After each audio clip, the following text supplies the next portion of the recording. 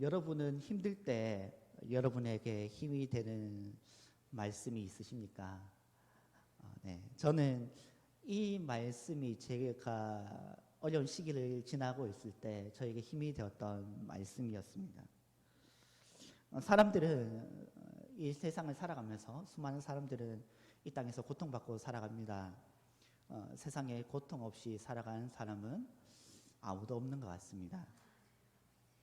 네, 주의 아버지가 절로 나오죠. 네, 사람들은 이 고통의 문제 가운데 신을 찾기도 합니다. 또 세상 사람들도 고통의 문제, 최근 이렇게 불거지는 미얀마 사태라든지 코로나 혹은 크고 작은 문제들 가운데 기독교 신들을 거론하기도 합니다. 그러면서 이런 말들을 인터넷에 종종 올립니다. 만약 신이 있다면, 신이 살아있다면 세상에 이런 일들이 일어날 수 있는가? 이런 불의한 일들이 일어날 수 있는가? 하는 것입니다.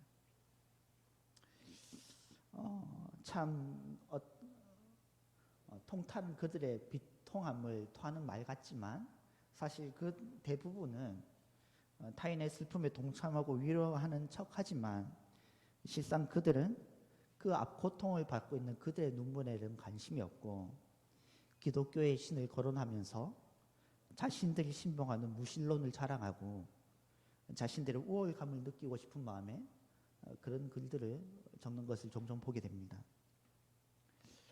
그렇다고 오늘 이 시간 우리 또한 그런 신의 하나님에 대한 갈급한 마음이 없는 것도 아닌 것 같습니다. 오늘 우리도 코로나 시대를 지나오면서 또 그 외에도 크고 작은 고통의 문제를 안고 살아갑니다. 이 고통의 문제에 대해서 우리는 어떻게 반응해야 합니까? 오늘 욥기를 통해서 한번 알아보고자 합니다. 첫 번째로 우리는 하나님께서는 고난도 고통도 선으로 바꾸시는 분이심을 믿어야 한다는 것입니다. 오늘 본문의 주인공인 욥은 자신의 고난에 침묵하고 계신 하나님에 대해서 이렇게 고백합니다. 나를 도우시는 하나님이 그 어디에도 보이지 않는구나.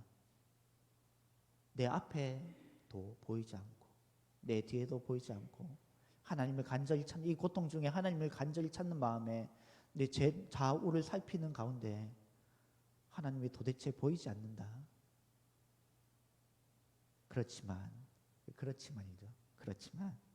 내가 이 어둠의 길을 다 지나가고 난 뒤에는 하나님의 뜻하신 대로 내 신앙이 더 단단해질 것이다. 나는 믿는다. 라고 고백하는 것이죠. 고난은 참 힘듭니다. 그리고 그 고난 가운데 하나님이 보이지 않을 때는 정말 하나님이 나를 사랑하시고 나를 도우시는 분인지 의심이 들 때는 그럴 때는 더 우리 자신을 돌아볼 때 더 비참해지는 것 같습니다. 그때 무엇을 해야 됩니까? 이 욥의 고백을 우리도 해야 하는 것입니다. 이 고통이 지나간 뒤에 여전히 나를 붙들고 나는 보이지 않지만 여전히 붙들고 계시는 하나님을 나도 붙들고 있습니다. 이 고통이 지나간 뒤에는 하나님께서 나를 더 단단히 빚어갈 것을 나는 믿습니다 하는 그 믿음의 고백이 필요하다는 것입니다. 우리는 하나님의 선하심을 붙들어야 하는 것입니다.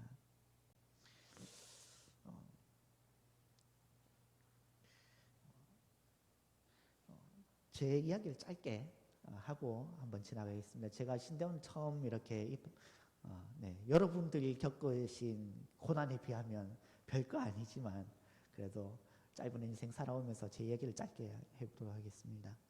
신대원을 처음 입학하면서 처음 입학한 사람들의 그 열정이 있지 않습니까? 나름 열정으로 학교를 다니고 또 대구의 한 교회를 알게 되면서 그 교회에서 열심히 섬기는데 이 섬김이 제가 감당할 수 있는 수준이 넘어서는 것입니다. 그래서 학교에서 일주일을 지나고 금요일 돌아오면 금요일 철야를 하고 그날 바로 새벽 기도를 준비해서 그 교회에서 밤을 새고 아니면 교회에서 자고 그날 새벽에 제가 새벽 기도를 인도하고 토요일 사역을 다 마친 후에는 또 토요일 날 또 청년들과 함께 또 찬양 준비를 또 다음 날 찬양 준비도 합니다. 그래서 한 7시, 8시 들어가면 그때서야 열심히 또 주일 설교를 준비하고 아침부터 주일학교, 그 다음에 오전 예배 찬양, 오후 예배 찬양이 끝나면 또 청년부 모임 이렇게 해서 한 또 저녁 7시, 8시가 되면 돌아가는 그런 날이 계속되었습니다. 열정이 있으니까 뭐 일주일에 며칠 안 자도 젊다고 생각하고 막 그래도 행복했습니다. 그런데 어느 날 문득 제 삶에 위기가 찾아오지 않습니까? 제가 눈이 갑자기 안 좋아서 병원에 가니까 눈에 구멍이 났다는 겁니다. 급하게 수술을 해야 되는데 의사 선생님 말로는 한쪽 눈은 조금 많이 악화되어서 수술을 하고도 회복될 수 있는 확률이 20-30%, 그다음에 반대쪽은 한 40-50% 된다 하는 것입니다. 그래서 한 20-30% 되는 이 수술, 자기도 장담을 할 수 없으니까 그거 한번 해보고 자기도 경험해보고 그래도 남은 한 눈을 한번 살려보겠다, 그렇게 이야기를 했었습니다. 앞이 깜깜하지요. 나는 하나님을 향한 열정으로 사역하겠다고 뛰어들었는데 결과는 눈에 구멍이 나고 영영 보지 못할 수도 있다 하는 의사 선생님 말에 온 가족이 청천벽력 같은 그 말을 듣고는 참 두려워했던 것 같습니다. 지나오면서 제가 그때 와이프한테는 말 안 했지만 그때 또 열심히 사귀었던 자매도 있었는데 제가 짐이 될 것 같아서, 봉사가 되면 너무 큰 짐이 될 것 같아서 우리 그만 만나자 하고 제 주변의 모든 관계들을 정리하고 수술대에 누웠습니다. 근데 그때 이 수술을 지나면서 하나님께서 제 삶에 그 수술하기 전보다 수술 이후에 제 삶에 역사하셨던 그 하나님의 역사가 더 크다는 것을 제가 느끼고 발견하게 됐던 시간이었던 것 같습니다.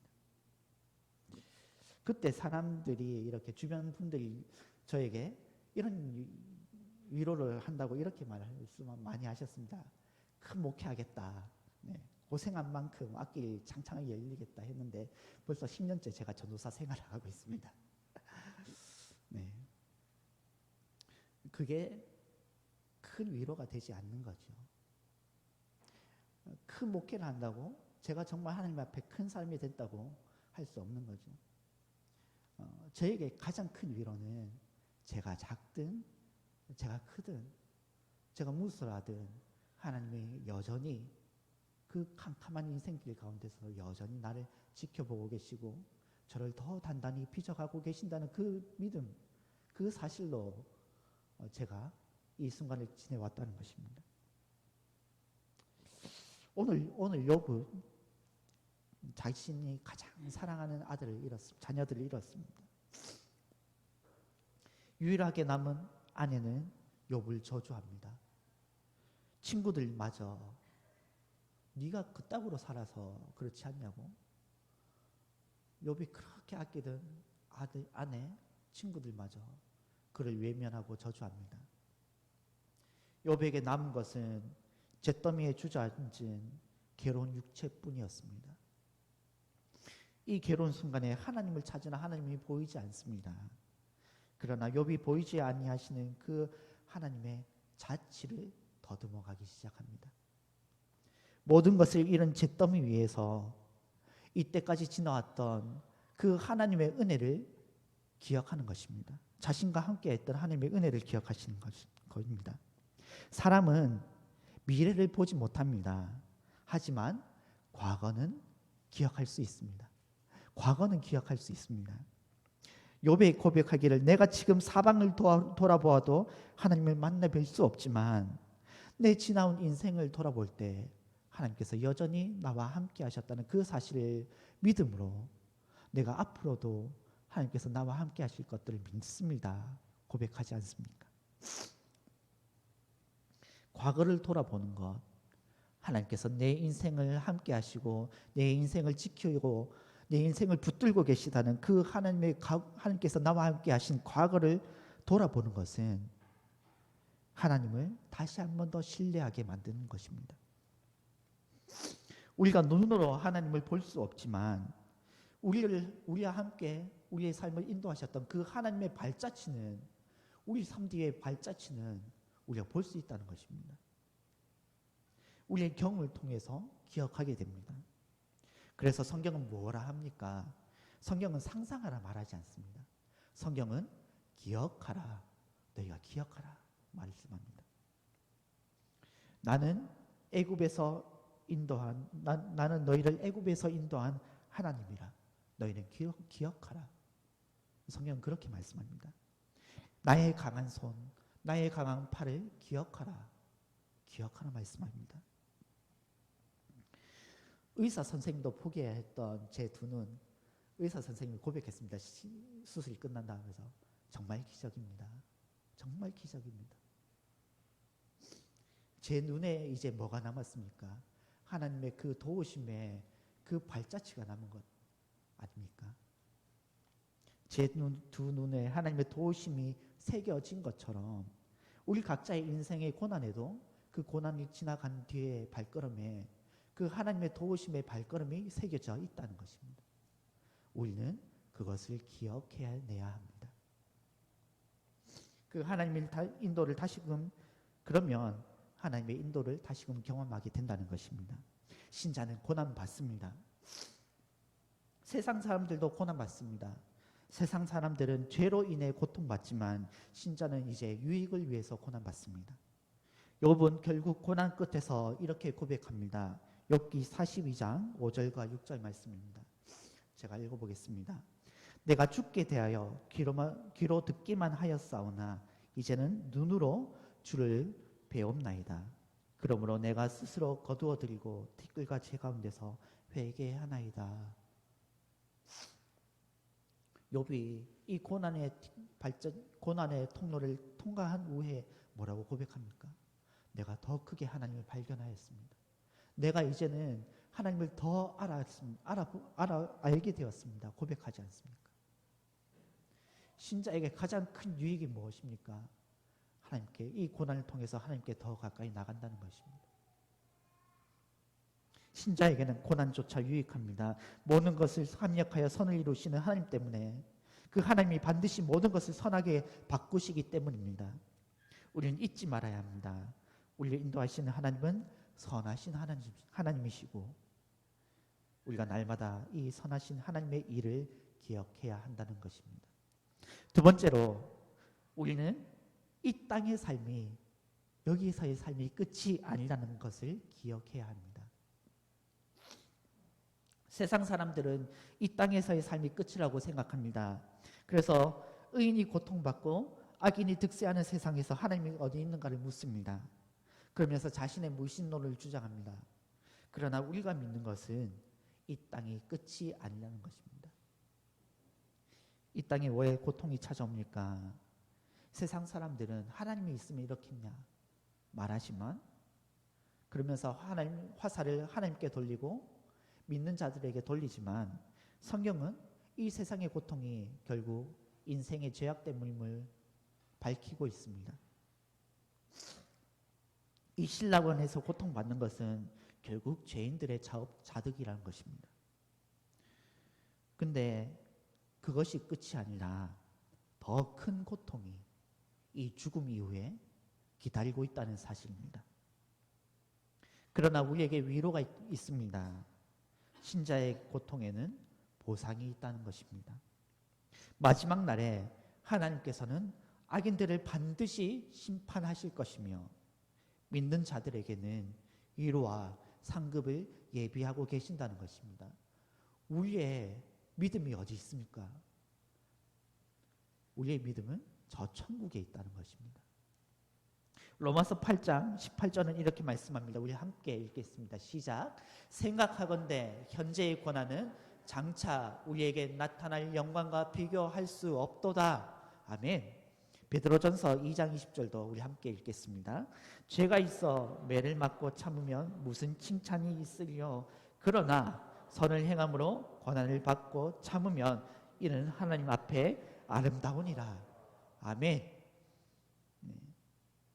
욥기 마지막에 욥의 고난이 끝날 무렵에 성경은 이 욥에게 새로운 보상이 있음을 기록합니다. 세상에 불합리한 일들이 일어나는 것을 볼 때 우리는 그것을 보면서 분노가 일고 낙심이 생깁니다. 그러나 거기 머무르지 말아야 합니다. 이 세상이 끝이 아니기 때문입니다. 하나님께서는 우리의 선행과 우리의 고난을 기억하고 계십니다. 그 생명책에 낱낱이 기록하십니다. 그리고 그 상급이 위에 있음을 우리는 기억하고 견디고 이겨내야 하는 것입니다. 마지막으로 우리는 이 땅에 남아있는 사명이 있습니다. 욥의 고난의 삶은 또 다른 고통받는 자들에게, 저 같은 자에게 참 큰 위로가 됩니다. 또 우리도 위기와 고난 가운데 절망에 빠져서 빠지는 것이 아니라 욥처럼 또 예수 그리스도처럼 위로의 사명자로서 돌아와야 하는 것입니다. 예수님께서 이 땅에 오신 이유, 예수님께서는 이사야의 글로 이렇게 선포하십니다. 누가복음 4장 18절에서 19절 말씀 제가 읽어드리겠습니다. 주의 성령이 내게 임하셨으니 이는 가난한 자에게 복음을 전하게 하시려고 네게 기름을 부으시고 나를 보내사 포로된 자에게 자유를, 눈먼 자에게 다시 보게 함을 전파하며 눌린 자를 자유롭게 하고 주의 은혜의 해를 전파하게 하려 하심이라 하였더라. 바로 우리의 죄의 고통과 현실보다 더 비참한 영원한 사망과 고통을 멸하시고자 예수님은 하나님의 은혜를 가지고 이 땅에 오셨습니다. 그냥 오신 게 아니라 질그릇 같은 사람의 몸을 입고 이 땅에서 친히 고난받으심으로 우리에게 그것을 전해주셨습니다. 고난받으실 뿐만 아니라 친히 십자가에 달려서 그 모든 것을 짊어지셨습니다. 그 십자가 위에서 하나님과 사람 사이의 화평을 이루시고 우리에게 자유를 허락하셨습니다. 그 예수 그리스도의 고난으로 우리가 나음을 입었습니다. 그러기에 우리도 우리의 고통에 머무는 것이 아니라 다른 이들에게 이 예수 그리스도께 받은 사랑과 위로를 전하는 것입니다. 그리스도의 사랑으로 또 다른 이들에게 사랑과 평화를 전하는 자, 회복해 하는 자로 우리는 부르심을 받았다는 것입니다. 우리의 사명이 있다는 것입니다. 고통이 끝이 아니라 고통 뒤에 우리의 사명이 있다는 것입니다. 우리의 사명은 예수의 사랑을 이어받아서 상처받은 자들, 방황하는 자들을 위로하고 예수 그리스도의 화평을 전하는 것입니다. 이제 곧 성탄절이 다가오고 있습니다. 세상의 수많은 사람들, 상처받은 자들, 고통받은 자들이 우리의 이웃들이 예수 그리스도의 사랑과 위로를 기다리고 있습니다. 그들에게 전할 우리의 사명이 있다는 것입니다. 내 고통, 내 슬픔에 함몰되어서 그 이웃들의 갈망을, 필요를 외면하지 말아야 할 것입니다. 왜냐하면 예수께서 우리의 그 고통을 외면하지 않으셨기 때문입니다. 말씀을 정리합니다. 오늘 이 말씀 가운데 정말 하나님께서 우리 마음 각 사람 심령 가운데 참된 위로를 주시길 원합니다. 제가 전하는 말이 아니라 그 예수 그리스도의 십자가가 진정 혹 지금 현재 나의 고통 가운데 내 앞에도 내 뒤에도 내 좌우에도 하나님 없는 것 같이 느껴질 그때 친히 나를 사랑하심으로 그 보여주셨던 그 십자가의 사랑을 더듬어 가시기 바랍니다. 우리의 인생 가운데 함께 동행하셨던 그 하나님의 발자취를 더듬어 가시기 바랍니다. 그리하셔서 이 고통을 딛고 이겨내시고 고통을 딛고 이겨낼 뿐만 아니라 이제는 더 나아가 다른 이들에게 이 사랑과 위로를 전하시는 우리 모든 성도님들 되시기를 간절히 소망합니다. 기도하겠습니다.